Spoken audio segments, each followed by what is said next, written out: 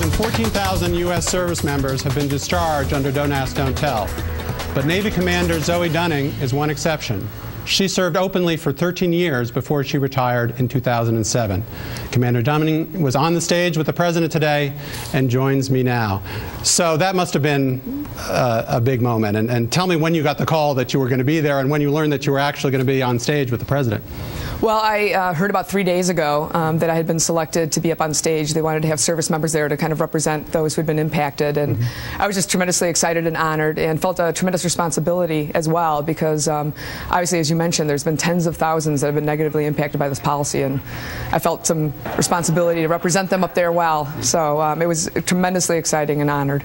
Can you tell us a little bit more about your story? Because it's really quite unusual. You came out of the closet shortly after this became a big issue, and yet you stayed on until 2007 when you retired. You got commended, as a commander and so forth.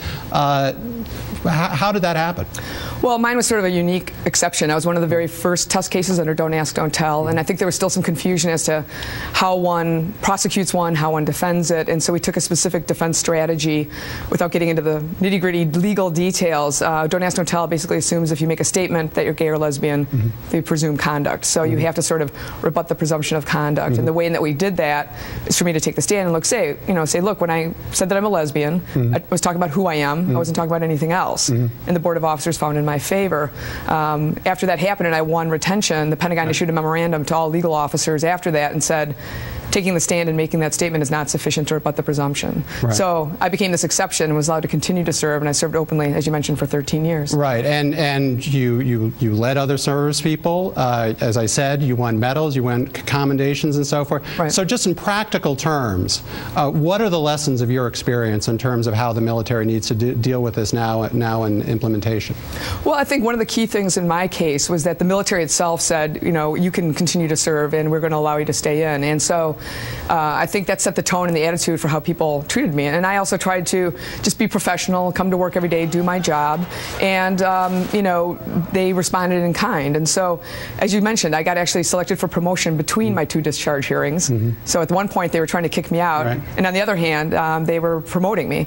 In fact, actually, during my active duty time, I served next door to here, which is now under Homeland Security. But I served 2 years on active duty right next door to the studio. Okay, so you were in the Naval Reserves, though. But do you think it's going to vary in terms of the branches of the military? I know particularly the Marine Corps, including the Commandant, have been quite hostile to this repeal. Well, I think that's the great thing about the military. If anyone can do this, I think the military can. I mean, it has that top-down structure. And if the very senior leadership, as we've seen demonstrated by Admiral Mullen and by Secretary Gates, says we're going to do this, and the service chiefs fall in line, which they have indicated that they will, and that was what President Obama said today at the signing ceremony, that the service chiefs have all committed to leading this effort.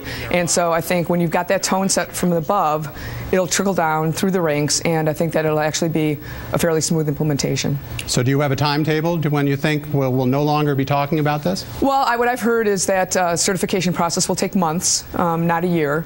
And so when I spoke with Admiral Mullen on the stage today, he looked me in the eye and he reassured me. He said, we're going to get this done. It's going to take strong leadership, but we're going to get it done. And I take him at his word. So, Dunning, you were saying just a couple of weeks ago you thought this was a lost cause, at least for another couple of years. So this has to be a very big day for you. So happy holidays and congratulations. Thank you. It's truly a joyous day for not only me, but also all of America. Okay, thanks so much for being with us. Thank you.